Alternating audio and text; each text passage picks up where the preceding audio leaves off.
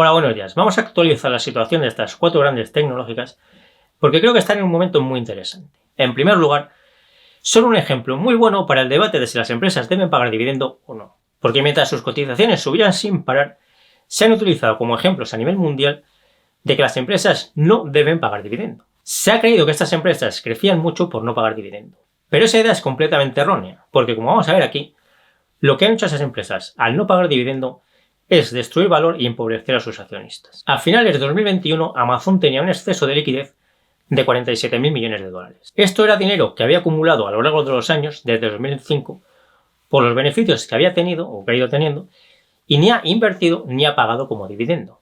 Así que todo este dinero ha estado en las cuentas de Amazon, invertido en renta fija y cobrando un interés muy bajo. Es importantísimo tener claro que ni los beneficios ni la cotización de Amazon han subido en años anteriores por tener ahí ese dinero parado sin hacer nada con él, empobreciendo a sus accionistas durante estos 17 años. Lo mismo pasa con los 48.000 millones de exceso de liquidez que tenía Facebook o Meta a finales de 2021. Esos 48.000 millones ni los ha invertido ni los ha repartido como dividendos. Y tenerlos ahí parados lo que ha hecho es empobrecer a sus accionistas. En el caso de Facebook esto se agrava porque desde 2017 ha utilizado 91.000 millones de dólares en recomprar acciones a un precio medio por acción de $200, cuando ahora cotiza a poco más de 100. Este es un buen ejemplo de que las recompras de acciones no son siempre mejores que los dividendos. Las recompras de acciones están muy bien cuando se compran acciones a precios baratos, pero si se compran a precios caros, las recompras de acciones empobrecen a los accionistas, como ha ocurrido en este caso que estamos viendo de Meta. Lo mismo pasa con los 125.000 millones de dólares de exceso de liquidez que tenía Google a finales de 2021. Este es dinero que ha ido acumulando a lo largo de los años y que al no invertirlo ni repartirlo como dividendo ha empobrecido a sus accionistas. Y exactamente lo mismo pasa con los 55.000 millones de dólares que tenía Microsoft de exceso de liquidez a finales de 2022. Finales de su ejercicio 2022, porque Microsoft termina su ejercicio a mitad del año.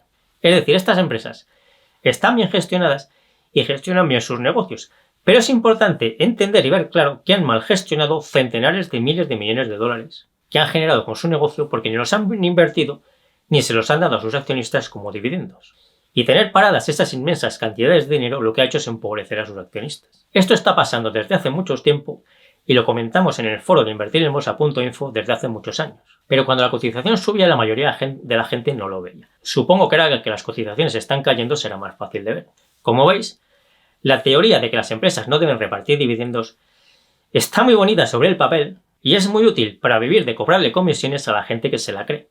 Pero la realidad es que casi todas las empresas que no reparten dividendos empobrecen a sus accionistas. Estas grandes tecnológicas han sido utilizadas como ejemplo a nivel mundial de que las empresas no deben repartir dividendo. Y ya veis que la realidad nos dice que al no repartir dividendo han mal gestionado centenares de miles de millones de dólares y con eso han empobrecido a sus accionistas. Vamos a ver ahora si pueden seguir cayendo aún más después de las fuertes caídas que ya han tenido. En el tercer trimestre de 2022 Amazon está teniendo pérdidas, pero eso son pérdidas contables por la valoración contable de su filial de coches eléctricos Rivian. Aunque sin tener en cuenta esto, su negocio ordinario está yendo mal, porque aunque sus ingresos suben el 10%, el EBIT cae el 56%. Recordad que el negocio de comercio electrónico de Amazon no es interesante para el largo plazo porque no tiene suficientes barreras de entrada. El negocio interesante para el largo plazo es el de la nube, que está creciendo el 10%. El negocio de comercio electrónico en 2022 le está dando pérdidas por la subida de la inflación, que está haciendo que los costes suban más que los ingresos. Por eso ha reducido su exceso de liquidez hasta los 257 millones de dólares desde los 47.000 millones que vimos que tenía a finales de 2021. Y si las cosas no cambian rápidamente, pronto empezará a tener deuda neta. En 90 dólares el PER 2021 es de unas 30 veces y el PER 2022, sin tener en cuenta la pérdida contable por el Rivian, será de unas 60 veces. Yo sigo sin verla barata y estos precios no la compraría. A Facebook ya se le están estancando los ingresos porque está bajando el precio de su publicidad. Y como además le están subiendo los costes por la inflación y el metaverso, el beneficio por acción le cae el 33%. Aún así, con esta caída de beneficios, en los 120 dólares actuales, su PER 2022 será de unas 12 veces y aparentemente está barata. Pero los reguladores cada vez le están poniendo más multas por el tema de los datos que les sigue saliendo gratis, como os explico en este vídeo que os dejo por aquí. Y esto es posible que cambie en algún momento y puede suponer cambios muy importantes en los resultados futuros de Facebook. Yo creo que Facebook es una empresa con un negocio capaz de pagar dividendos estables, pero creo que puede haber muchos cambios en el futuro en su regulación y a lo mejor su nivel de beneficios futuro es inferior al actual. Y la competencia con TikTok también es un tema muy importante. Así que por prudencia yo creo que es mejor no comprar Facebook al precio actual. Los resultados de Google en el tercer trimestre de 2022 son mejores. Aunque la inflación le ha reducido los márgenes de beneficios, como veis por la subida de los ingresos y el EBIT plano, la caída del beneficio por acciones por la valoración contable de sus inversiones. Así que es poco importante. Sin tener en cuenta este efecto contable, el PER de Google al precio actual es de unas 17 veces. No la veo muy cara, pero tiene los mismos riesgos que tiene Facebook en cuanto al coste futuro de los datos y al hecho de que cada vez recibe más multas. Por eso, siendo prudente, yo no compraría Google a estos precios y la compraría solo si tiene caídas más importantes. Además, todas estas empresas están perdiendo el efecto que tenían de entrada continua de nuevos compradores que compraban sus acciones porque no paraban de subir, sin mirar si estaban caras o baratas. Y en cualquier momento podrían producirse más ventas importantes de inversores decepcionados con la caída de la cotización que han tenido. Microsoft es la que está teniendo mejores resultados de las 4, aunque ya no crece a los ritmos a los que lo hacía en el pasado.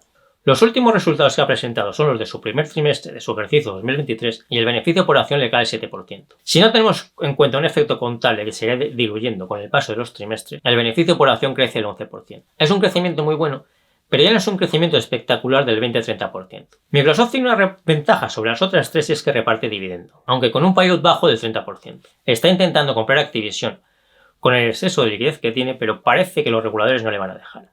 Teniendo todo en cuenta, creo que Microsoft es la mejor de estas 4 empresas. Aunque las otras 3 también creo que son buenas, solo que hay que comprarlas a un precio correcto, no a cualquier precio. En $240 el PER de Microsoft es de unas 25 veces. Ese PER es razonable si siguiese creciendo alrededor del 20-30%, pero al ritmo del 10% que está creciendo ahora resulta algo caro. Así que creo que lo más prudente es no comprar tampoco Microsoft a estos precios y comprarla solo si tiene mayores caídas. Como veis, los dividendos son la clave para entender la bolsa y uno de sus grandes secretos. A voces. Porque al que entiende bien lo que son los dividendos, es muy difícil cobrarle comisiones e inducirle a comprar y vender continuamente acciones para generar comisiones al broker.